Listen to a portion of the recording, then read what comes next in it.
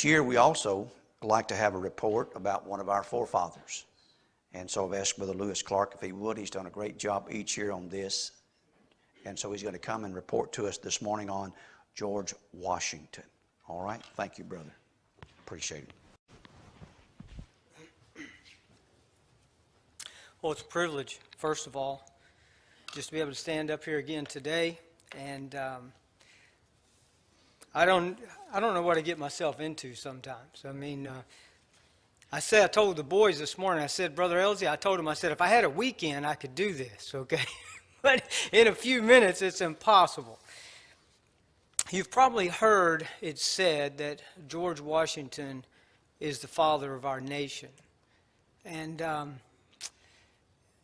really, if you ask me why is that, I would have a very difficult time explaining to you or describing to you what it was exactly about George Washington that made him who he was. But I will say it's been said by others that leadership is influence. And if that's so, then George Washington was definitely the greatest leader of his day. So there were some things, and we'll go through a few things with you about him, but I have to think that Douglas Freeman, one of the famous U.S. historians of days gone by, late in his life decided to write a biography about Washington. Well, it took him 7 volumes, and it killed him after 6, and his researchers that helped him had to finish chapter 7, or volume 7. So I can appreciate what he went through. But I like something that I saw that Colonel Allen West said just a day or two ago. He said that history, he said he determined and found out in his life that history is not to be liked or disliked, but to be learned from.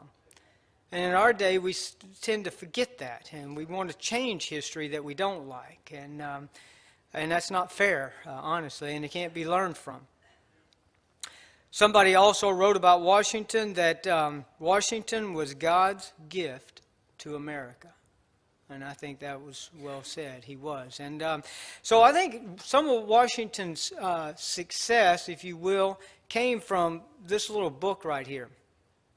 Anybody ever seen this little book before? I know Brother Rogers got a copy of this. This is George Washington's Rules for Civility and Decent Behavior. Quite a book. It's got 110 different maxims here that he wrote at the ripe old age of 14. And so, not a single one of these are self-serving. Not a single one of them have anything to do with promoting himself.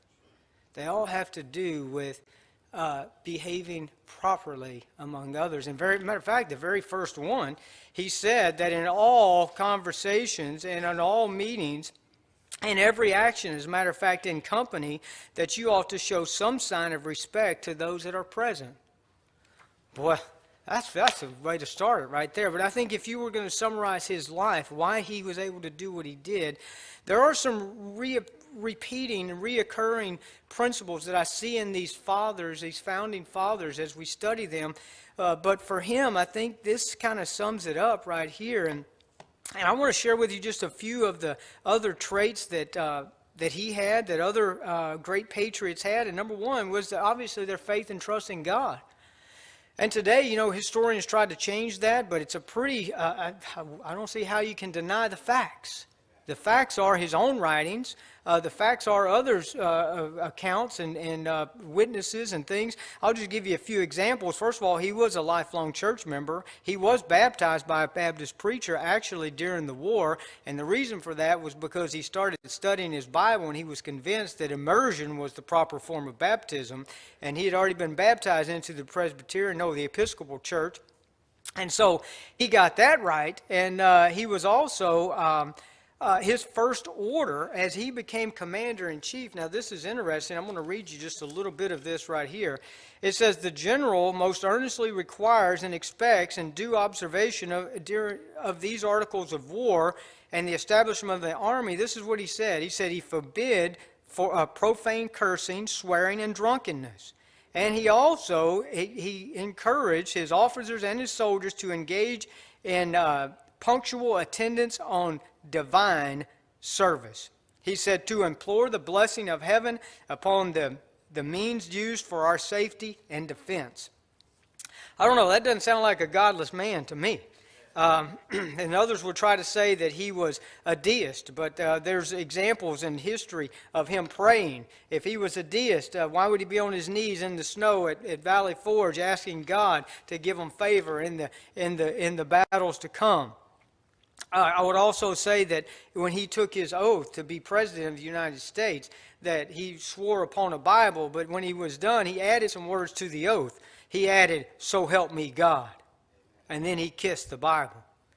I think we see obviously a man here that had a trust not only in a faith in God, but also he had a trust in God's providence and faith in God's providence. And this is a repeating theme. But it was said of him after 1755, he was serving as an aide to General Braddock, and they were in the French Indian Wars.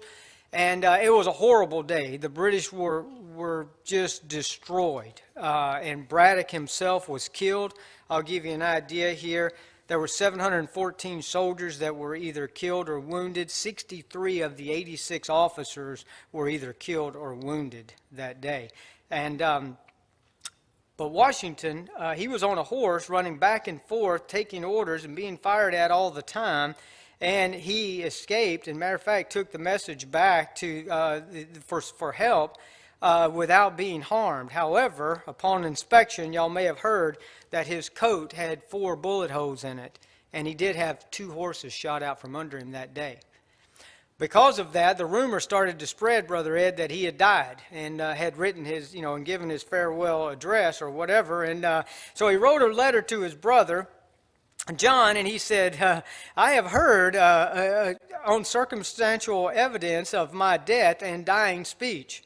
He says, I take this early opportunity to contradict the first and to assure you that I have not yet composed the latter. He says, but look at this. He says, but by the all-powerful dispensation of providence, I have been protected by all human probability or expectation. I've had 4 bullet holes through my coat and 2 horses shot under me, yet escaped unhurt, although death was leveling my companions on every side of me. One preacher that heard that day said, you better keep your eye on George Washington. And he said, God's hand is upon him. And that was 20 years before he was, over 20 years before he was asked to command the Continental Army. It was also later in 1770, there was an account of George traveling with a friend, and there was an Indian chief that encountered George, and this comes from the book What God Hath Wrought by Grady, and he said that this chief sought Washington out, and he come to tell him and said, basically, I'm an old man and I'm about to die, but I need to tell you this providential he said, I need to prophesy something to you that happened. He said, I was leading my men that day, and they were leveling their rifles on you, and I said, take him out. And he said, our rifles could not miss. He said, but when we fired upon you, we could not hit you. So I told them, the Great Spirit is upon him. Don't shoot at him anymore.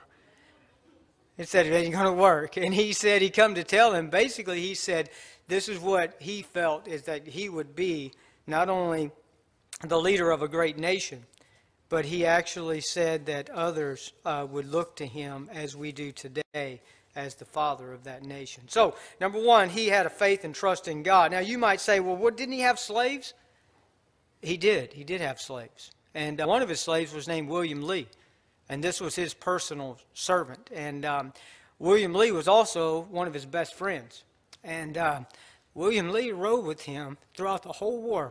Fought with him and everything.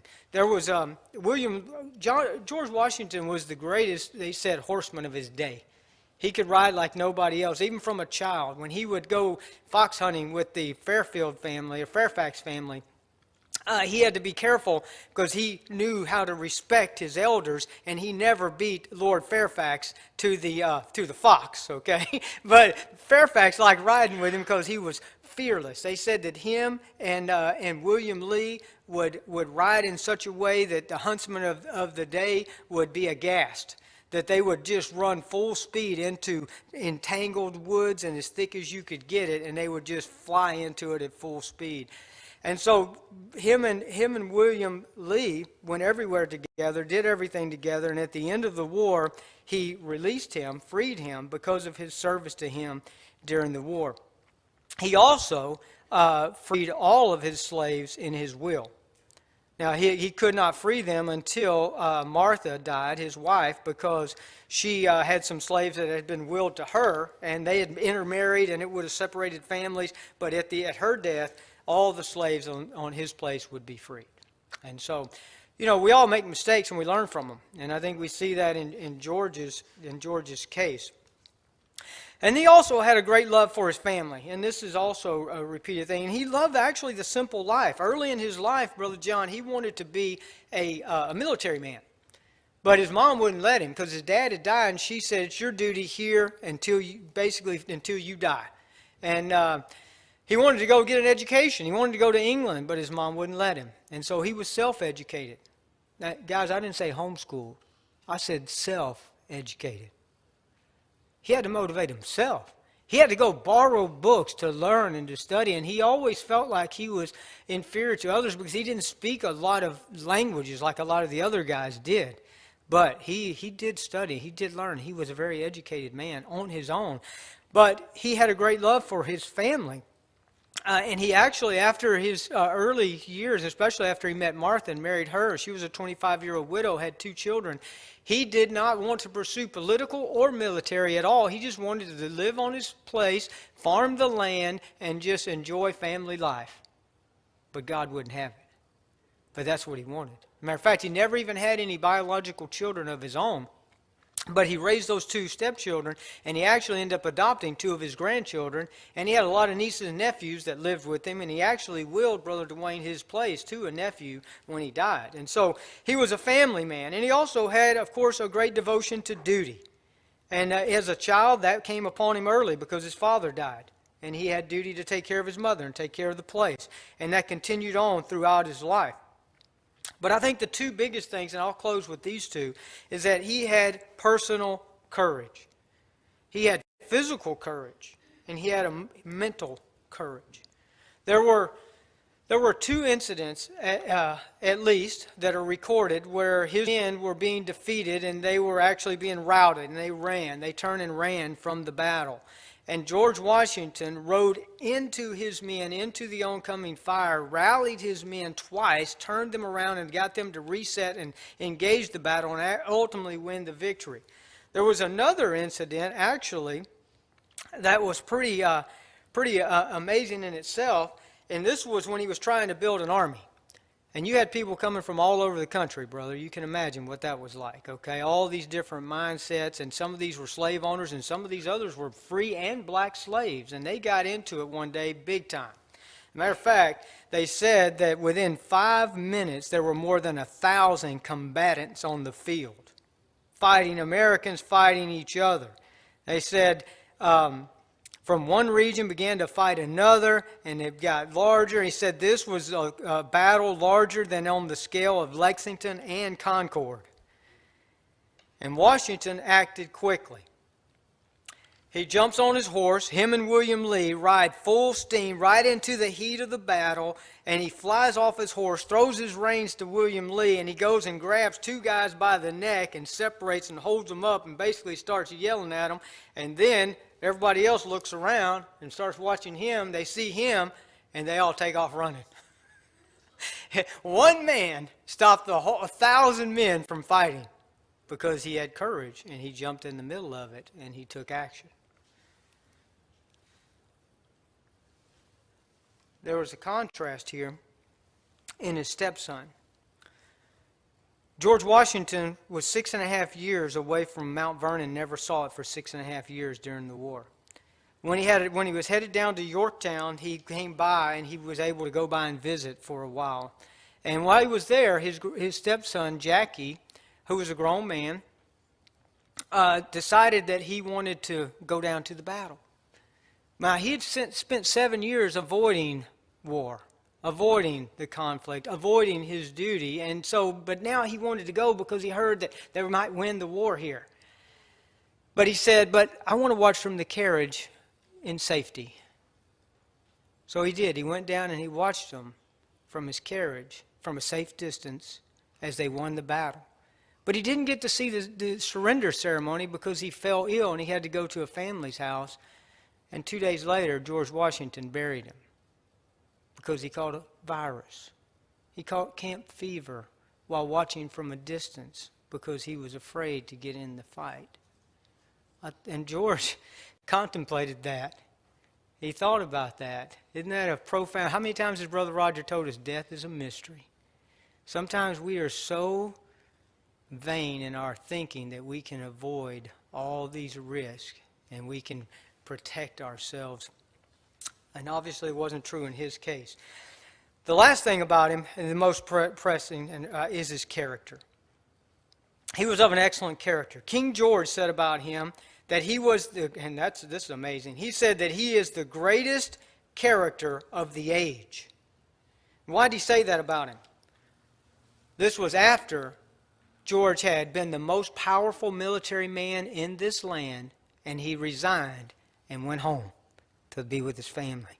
And after he had been the President of the United States twice, and he resigned and went home.